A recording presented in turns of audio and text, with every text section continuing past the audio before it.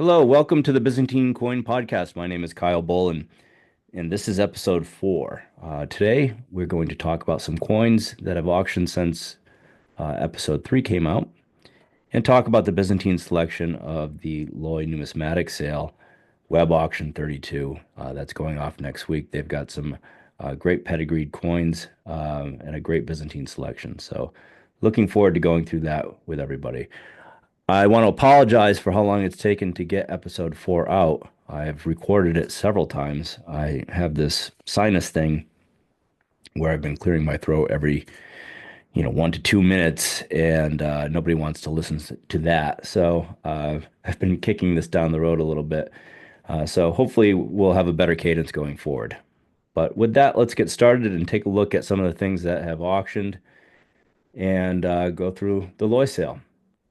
First coin I wanted to talk about was this 30 Numi a bronze coin from Tiberius II from Kizikos. It's got a really great portrait and full legends and nice surfaces, it looks like. It hammered for $380, which is, I think a strong price for a bronze, but it's a really beautiful coin.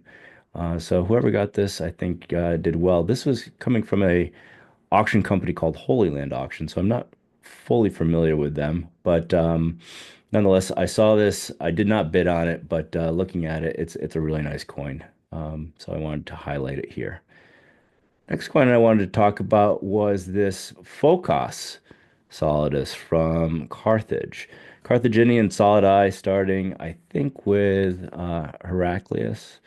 Started, well, no, sorry, starting with Tiberius II, started to get very small in size but thicker. This is a small module Solidus from Carthage. Focuses Solidi from Carthage are typically very rare, but this is a really nice one. And Carthaginian Solidi always will have the indicational year. So this is indication year. It looks like so this is that 11? Um, it's either 11 or 1. But at any rate, it's a really nice piece, and it realized 3,000 Swiss francs. This was in the most recent Numismatic Arts Classica auction. This was one I was sort of interested in. I didn't end up bidding on it, but it's a beautiful example, and it's going to be tough to find better than that. So I'm surprised that it went for 3,000 Swiss francs. Sticking with the Carthaginian theme, this is Maurice Tiberius, and this is indicational year 1, and you can tell here from the A at the end of the legends on the reverse. This coin is really beautiful. It's got a great strike, a great portrait, full legends. Winged Victory on the reverse is has got great details. Um, Overall, this is just an exceptional coin. I think this auctioned rather reasonably at 1,000 Swiss francs, and this was in the most recent numismatic fine art auction, their first auction. The name is similar to a very famous company from the 70s and 80s, but this is numismatic fine art versus numismatic fine arts. So again, somebody bought this, I think, got a very a good deal on that. It had some pedigree from a UBS auction in 2005, and it's just a really nice example. And you don't see many with the first year indicational years. So beautiful coin and a good deal. Same auction. This one was a Constance II. This is the Four Emperors version. This is the rarest type of his solidi from Constantinople. You have Constance II in his ZZ Top beard in full glory on the obverse, and then Constantine IV and his two brothers, I believe they're named Tiberius and Heraclius, flanking him on either side. What's kind of cool about this is it's reminiscent of the Heraclius types, where the Three Kings types, where there's no legends around it. It's just a pictorial representation of the imperial family. This coin, again, really nice. This is also from that UBS auction in 2005, and I won this coin. So I was excited to win this, and it has some great old pedigree that was not listed here that I found on this coin going back through several auctions. The oldest of it was the Prince Cantacuzene collection from 1922, and that was a collection formed by his ancestors in the 1600s. So it's got really, really rare pedigree that I found on this. So I'm excited about this coin. I'm excited to add it to my collection, and I'm excited about the pedigree on it that I found. Next coin. This is from Nomos. This is another bronze. I really like this coin. I threw a bid on this, but I didn't win it. This is a Maurice Tiberius Phallus um, from Antioch. Antioch at this time was renamed Theophilus, the city of God. I think it had something to do with a rather nasty earthquake that took place there and some other thing. I can't remember why they did it, but they did. So that's why you see in the exurg Theup, and that's how we know it's Antioch. Um, Nice portrait on this, nice legends. It's got a nice patina about it. I think whoever got this for 220 Swiss francs did pretty well on this. And it's a nice coin, so I wanted to highlight it here for everyone. And speaking of bronzes, we go to this Irene bronze. This hammered for 2,000 euros. And listen, it's the nicest you're gonna find. It's really beautiful. It's complete, great portrait, rare coin. Um, and I think the description says rare and choice. And rare and choice will command a nice premium even on a bronze. So 2,000 euros, I understand why it went up that high. I don't know that I would have paid that much for it, um, but a great coin and one that you likely will never see a similar one of again. And this was in a numismatic Naumann auction 146. So I wanted to highlight it here for everybody.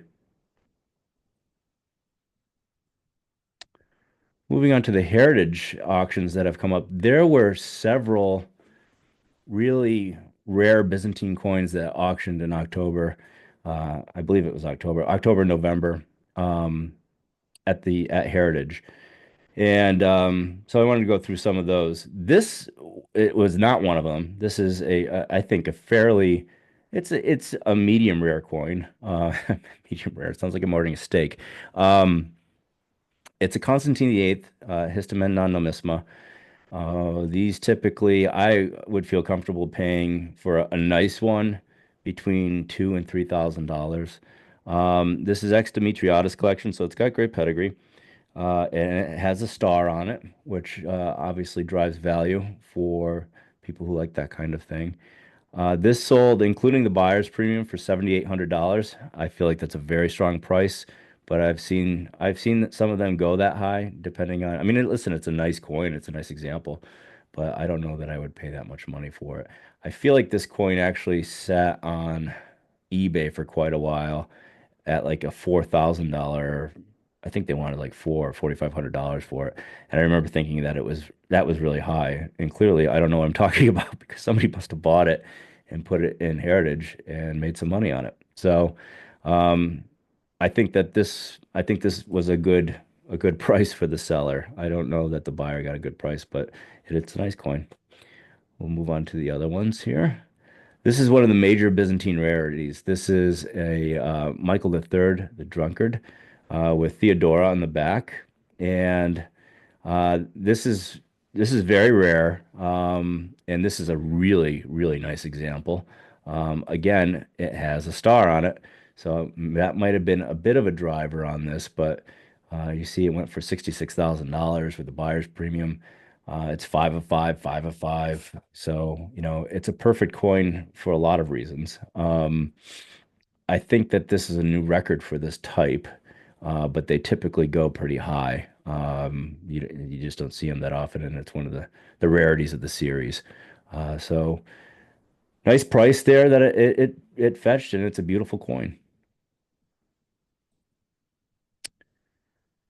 This is another one of the major Byzantine rarities, Emperor Alexander. He came to power after Constantine this, let's see, I can't remember.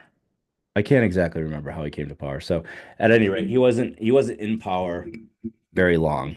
He only ruled for I think a year and a half, and there weren't many of these made. This went for $24,000 with the buyer's premium, which is right where probably it should have auctioned for. Really nice versions of this have gone for in the 70s. So I think that this is a pretty good a pretty good price for this, and it's a rare coin. It's not one that most Byzantine collectors will have. So if you need to fill that hole and you've got an extra $25,000, you can get a nice worn example here. But yeah, it's a nice example, and it's a super rare coin. Constantine the Seventh, on his own. These are fine style portraits, both of the emperor and of Christ. You see these go for sometimes upwards of $25,000. This one sold for 15,000 with the buyer's premium. And given the quality of the coin, I think that it's right where it should have hammered for. You see, they've got scuffs on there and brushed. Brushed is just a nothing burger. I mean, I think that, unless the surfaces are really bad, okay, so they gave it a 2 of 5 on that, but um, I think that you've got a really nice coin here, and I think that it also went at a decent hammer. So again, another one of the rarities of the series, uh, with the portrait of the emperor himself, and then the portrait of Christ on the obverse. Next coin we have Constantine the Ninth. It's the supernova Histomenon, and we know that is what it is, or that's what it's called because of the two stars flanking the emperor.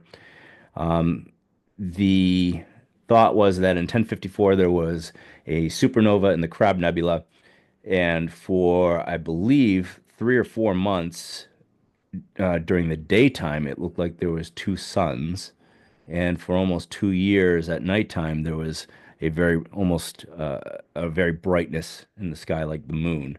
Um, so the thought process is, and nobody really knows this for sure, is that the two stars representative of the supernova that took place in that year, and the years do line up, but there's nothing in the Byzantine sources that say that's definitively what they were doing. But they're super rare, and they've got a great story.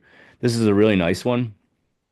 Um, if you look at it, it comes up brushed and it's 5 of 5, 3 of 5, but it's a really nice example. And these typically I've seen them go for as little as $3,000 to $4,000 to I've seen them hammer, on some of them with a star for like $15,000. This one sold with a buyer's premium for 10,500, and it's a pretty example. So at the higher end of the range on these, I think, but a really nice example of a super cool coin that has a great story with it.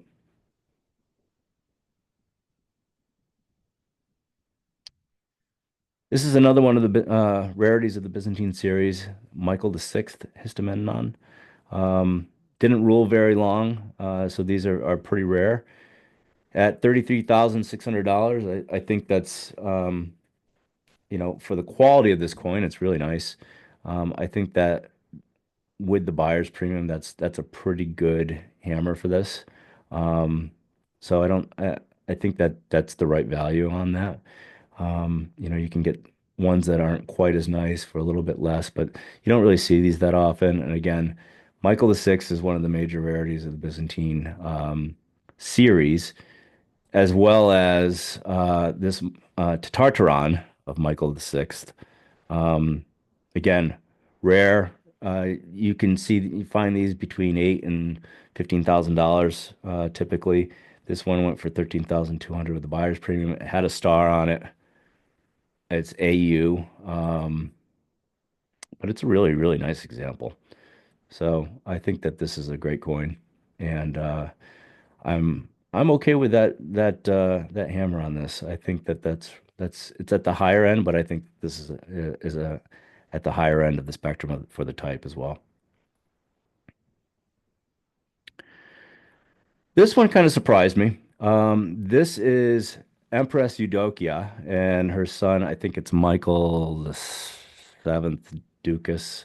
Anyway, she ran things after her husband died in a regency, and these were only made for about 8 months. Now, they're pretty rare, but they're not that rare. Um, and a lot of times they come pretty rough. This is one of the nicest I've ever seen. It's beautiful. There's no doubt about it. Um, it is starred. It's 5 of 5, 5 of 5. Um, you got some schmutz, or I don't know what that is, but like deposits at 1 o'clock on the obverse. Other than that, it's a really a perfect strike on this coin and really nice surfaces. Um, but excuse me, I think that this hammer got a little out of control in this. I mean, typically I would expect to pay for a really nice one of these, $2,500 to $4,000 maybe.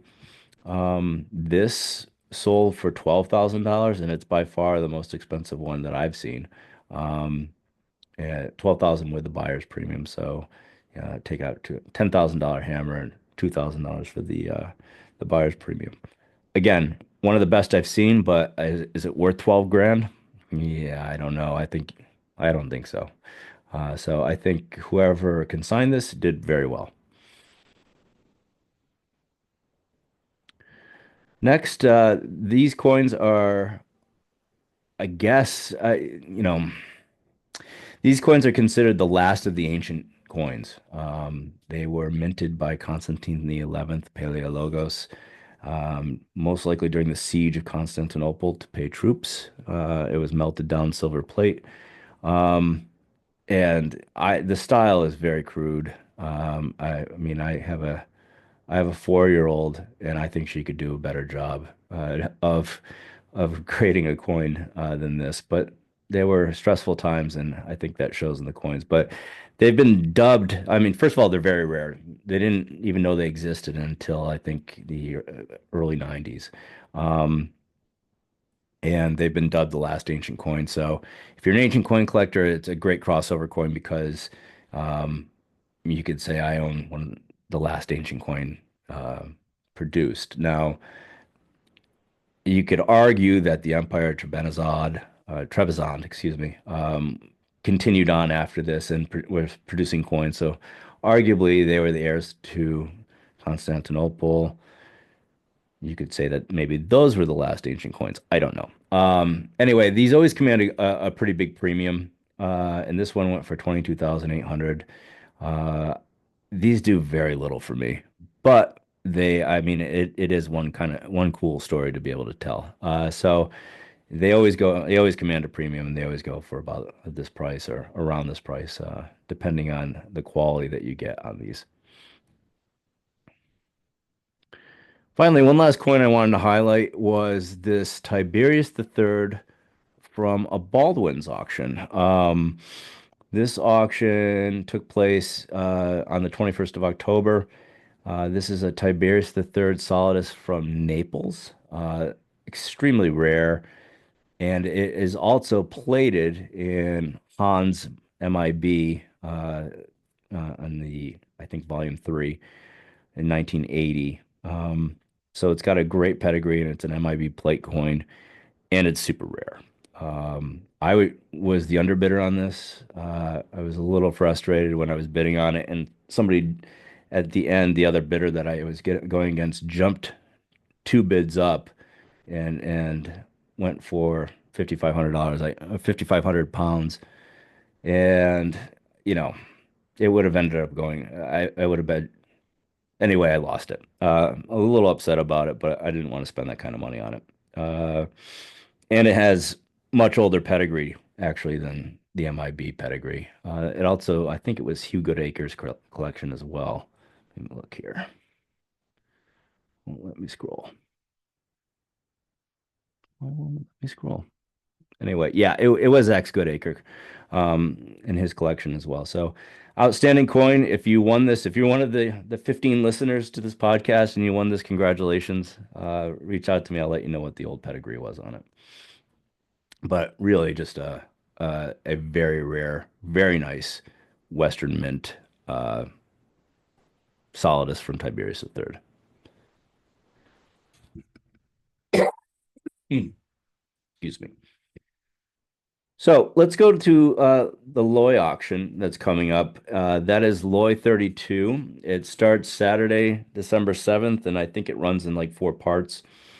There is 265 Byzantine coins in this, and some of them are from the collection of a Dr. Greiger, I think, or Grieger. Maybe I'm saying it wrong. Um, so they have a couple things in this collection from this journalist Hendrik Hortz. He had a couple solid eye here, some nice ones. And you could see the standard Justinian II. You know, it's a nice portrait, and it's already at 2,800 sorry, 2,600 Swiss francs. There's a Basil the First. It's a nice Basil the First, and it's at 550 Swiss francs. Nicephorus the Second. This is a nice one here that's at 1,400 Swiss francs. That's nice. Nice example. Sharp, beautifully struck. And then part three, yes, Dr. Hans Ulrich Geiger. I hope I'm saying that right. Anyway, um, has a lot of really nice pedigree coins. Excuse me. And some of them have pedigrees to Franz Fouet, who wrote um, one of the great books on the Byzantine series, reference works on the Byzantine series. So you have some great bronzes here that they're putting up, rare bronzes. So if you're a bronze collector, there's some really good targets here for you.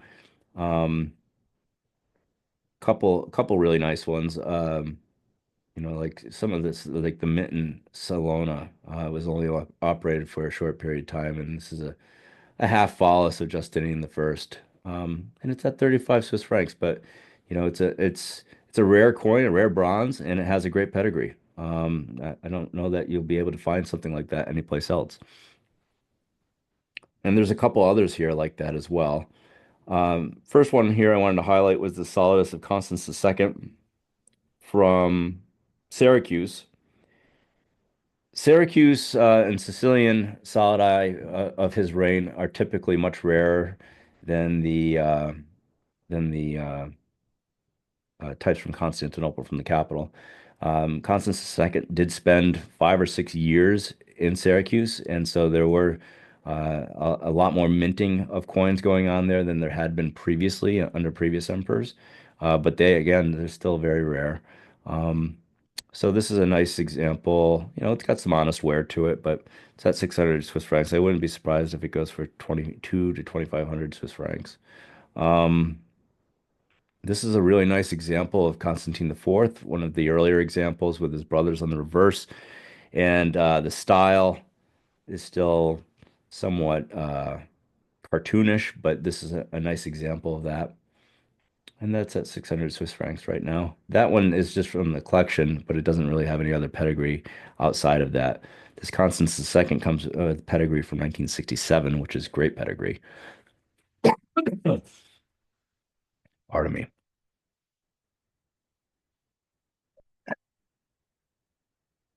This is one of my favorites of the collection at Loy. This is a Constantine IV from Syracuse, but it's sort of his inaugural issue. You know, the coin itself has got some defects to it. It's got a great strike, great portrait. There seems to be a little bit of a flan flaw on the reverse, or not, maybe a die break is what that is. Um, but these are rare coins. They go for typically between $4,000 and $6,000. So I expect that this will get bid up because it's only at 900 Swiss francs right now, and this has also got a pedigree to 1969, which is again a great pedigree. So I expect this to go up, but it's one I'm watching for sure.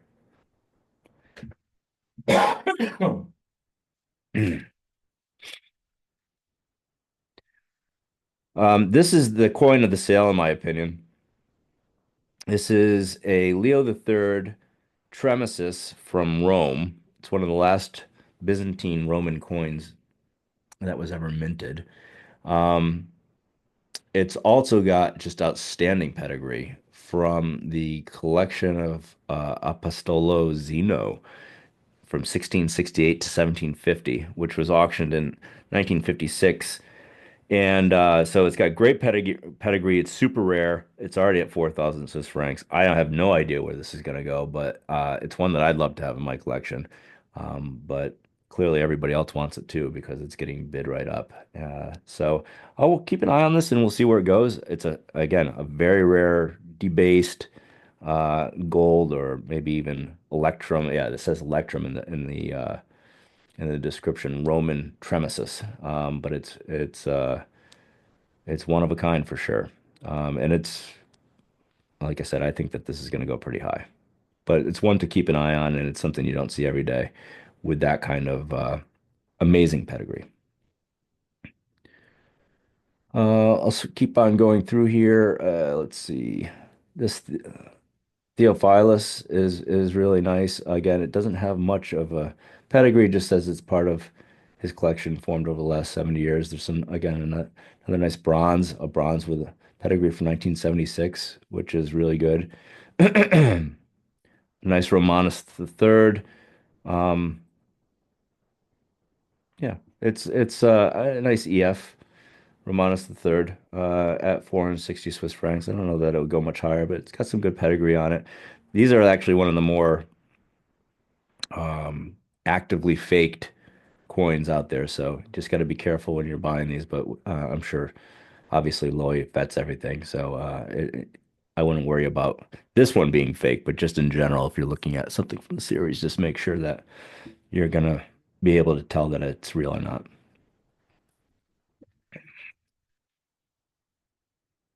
There's a Constantine the Ninth Tatartaran at 460 Swiss francs. Again, this is from 1972. You know, it's about EF, maybe VG, but it's really a nice coin with a nice pedigree. I mean, there's a lot of great coins in this sale that have great pedigrees to it. Theodora Histomenon, again, about EF, but with great pedigree. It's a rare coin. It's already at 2,200 Swiss francs. I expect that'll go much higher. And there's a Constantine the 10th. Not the best I've seen, but again, it's not bad. It's nice and it's got a great pedigree. It's from pedigree from 1968. So there's a lot of these from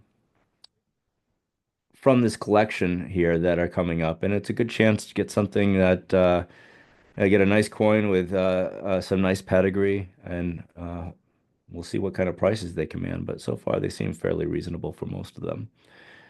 This, I don't really know a lot about this, but I did see the write-up on this. It's Anne of Savoy as regent of Thessalonica in 1351, I think. Yeah, 1351. Supposedly it's unique, and there's been this coin has been published. It's at 180 Swiss francs. It's not in great shape, but it's a unique coin. It's so you'll probably never see one again. So wanted to highlight it here. After that, we move into the non-provenance, non-collection part of the Byzantine sale, and Loy's got a number of coins that they're auctioning, and some of them have provenance, like provenance from like 2021. This one's from a 2024 auction. Nice Anastasius the second, very nice, you know, nice example of that. It's 850 Swiss francs already. It's a nice Justin the first Follis. Not the best I've seen, but not bad. This is pretty rare. This is a Maris Tiberius Solidus, but if you look on the reverse legend, it has a P on it, which is a rho, and it is believed stands for the Roman mint. What's interesting is that there's no the dies are almost exactly the same as the dies from the capital. So they either must have been dies from the capital moved over and they put the P on them, or they had die cutters from the capital moved to Rome. I don't know. But these are considered Roman. They're very rare. And you don't see them that often. That's 750 Swiss francs. We'll see where it goes. Um, but I could see this going much higher. Here's another one of those Constance the second Four Emperors edition. No provenance on that, but nice strike. This is a Tiberius the third Solidus from Syracuse. You know, not a bad looking coin. These are rare. Typically go for between two and $3,000 for a nice example. We'll see where this one goes. Um, this one has a little bit of pedigree going back to 2012. And a hexagram from Anastasius II. These are very rare. Has a has a little pedigree to 2023. Um, but these are rare and they usually command a pretty good premium. This one says harshly cleaned and somewhat clipped, so maybe that's holding things back a little bit on it. But not something you see any day, every day. And it's got a good strike and a good portrait of the emperor. And they use solidus dyes to strike these, so you'll see a lot of the same type of portrait styles on on gold solid eye.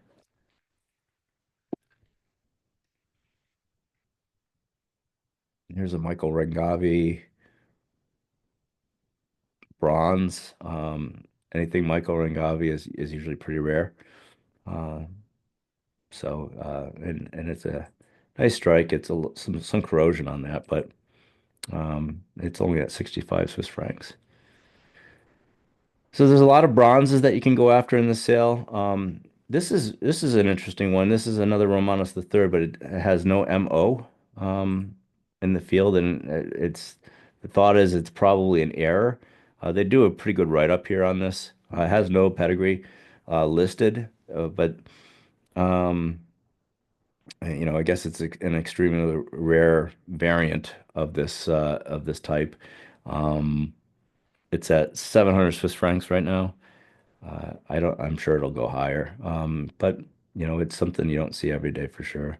And then this Michael the Seventh, I believe that's a is it a Tartaron? No, it's just a Phallus. Michael the Seventh Phallus is really nice. And it's at 75 Swiss francs. So those were the ones that I wanted to highlight out of the upcoming Loy auction. We've got several other auctions coming up here in late December and January. Triton has been released. I know that there's more coming from Heritage in January, early January, before the New York International. So we'll hopefully get another episode in here before the end of the year and look at the Triton offerings as well as some of the other offerings that are out there. And then we can go back and see how some of these coins performed in the Loy sale.